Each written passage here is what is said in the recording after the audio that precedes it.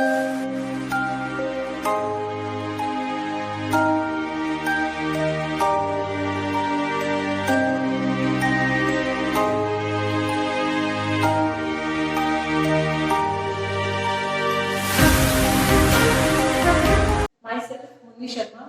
जो एसकेजी एवं online classes में आपका स्वागत है। तो आज जो अपना टॉपिक रहेगा इंग्लिश के अंदर वो 11th क्लास की जो कंपल्सरी बुक है उसका है, और उसमें से अपन ने पोएम वाला टॉपिक लिया है। जो पोएम है अपनी वो है द फोटोग्राफ। फोटोग्राफ का मतलब किसी मेमोरी को कैप्चर करना है, फोटो के माध्यम से अपनी मेमोरी को हमेशा के लिए जीवित रख सकते हैं। तो द फोटोग्राफ, जिसकी पोएट्रेस है शर्ली टॉवलसन। शर्ली टॉवलसन ने ये जो पोएम है वो कंपोज की है और लिखी है। ये जो पोएम है उसमें जो पोएटेस है या जो ऑथर है वो उसकी एक ट्रिब्यूट है अपनी मदर के लिए, और मदर की तरफ जो ट्रिब्यूट दी है इसमें माँ के लिए बताया गया है कि किस तरीके से जो उसकी मदर है वो अपनी फोटोज को देख करके अपनी मेमोरीज को डिलीट करती थी। तो उसकी माँ के लिए बताया। वैसे ही जो ऑथर है, जो पोएटेस है, वो भी फोटो को देख करके अपनी मेमोरी को डिलीट करती है। तो इसमें जो अपन जो लाइन स्ट्रेंजर दिया गया फर्स्ट, उसका पहले जो मेन वर्ड है, हार्ड वर्ड है, उनका एक बार देख लेते हैं आज।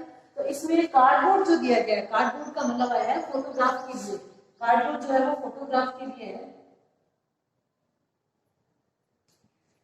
shows me how it was when the two girl cousin went paddling। paddling का मतलब होता है पानी के अंदर, ये नाव चलाना।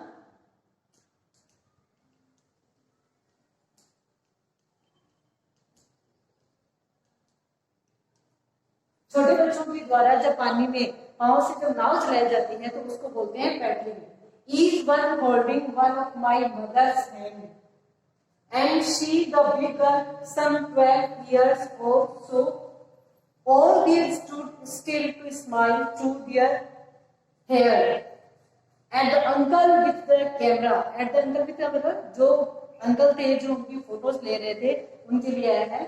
a sweet face my mother's that was before I was born, and the sea which appears to have changed less was their terribly transient feet। Transient का मतलब होता है नश्वर, यानी जो चीजें चेंज होने वाली होती हैं, जो चीजें चेंज होती रहती हैं टाइम के अकॉर्डिंग, उसको बोलते हैं ट्रांजिएंट।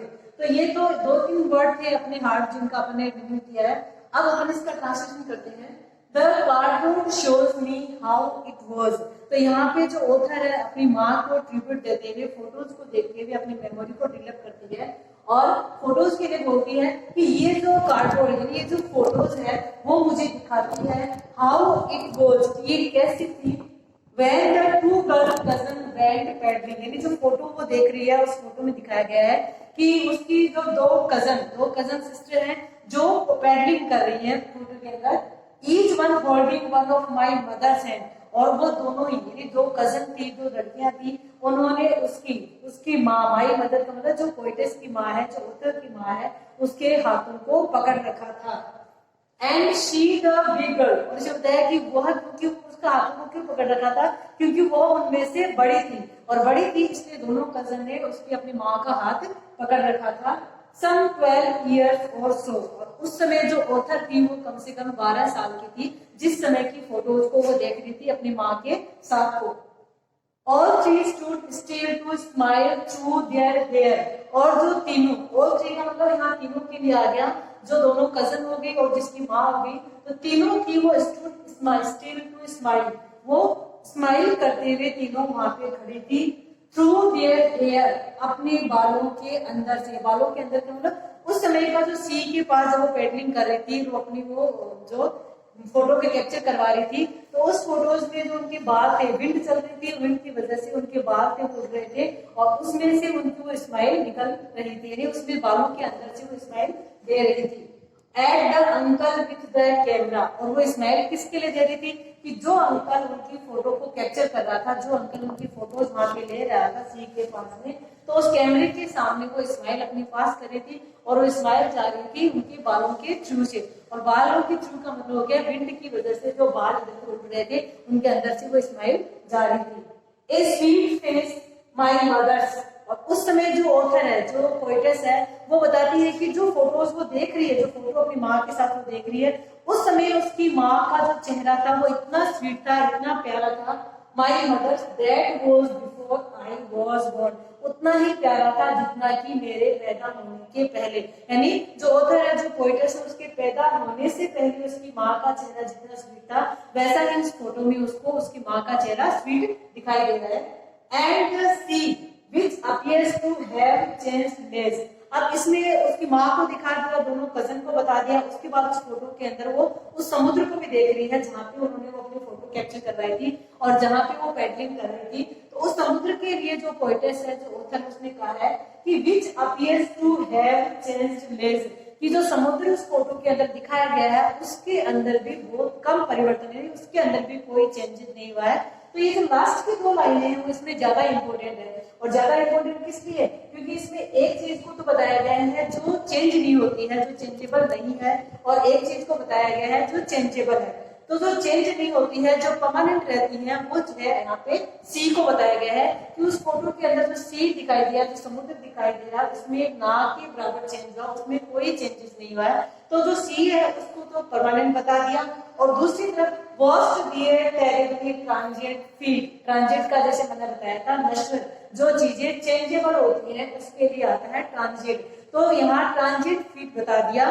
तो इसमें जो पाँव है वो चेंजेबल बता दिया। ये समुद्र को तो बताया परमानेंट, और साथ ही जो वहां पे उनके पाँव के निशान बने थे तो उनको उन्होंने नश्वर बताया है या चेंजेबल बताया है।